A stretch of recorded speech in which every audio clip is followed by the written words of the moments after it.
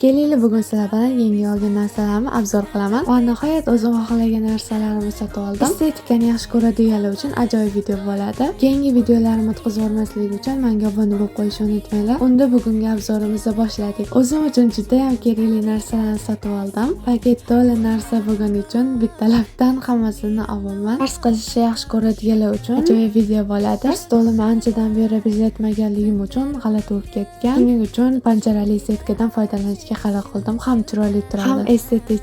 Bu o'zi alohida, lekin do'konni o'zida birlashtirib berishdi. Keyingi olgan narsam bu ajoyib pushta bokal. Mana har xil Pinterest'ning bokallarim juda ham ko'p.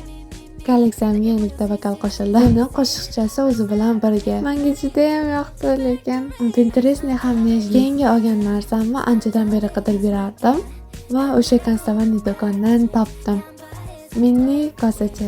Birisi asal yurachalari ayniqsa. Men konservatorniy do'kondan bokallarni ko'rardim, lekin mini kosalarni yoki talinkalarni hech ko'rmasdim. O'sha yerdan topdim.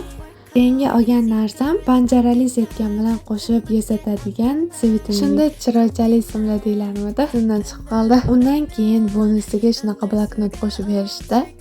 Rosa chiroyli asal yumshoq bloknot. Menga rosa yoqdi bloknot. Bir tuzuv bo'lar ekan. Bloknotga qo'shib ruchka ham berishdi. Chiroyli mushukchali ruchka. Sizlarga obzor qilgandan keyin hamma joy paket bilan yoyilib ketdi. Keyingi videoyimda sizlar bilan pardamni ustini bezatamiz. Keyingi videoyim ko'rish uchun obuna bo'lib qo'yinglar.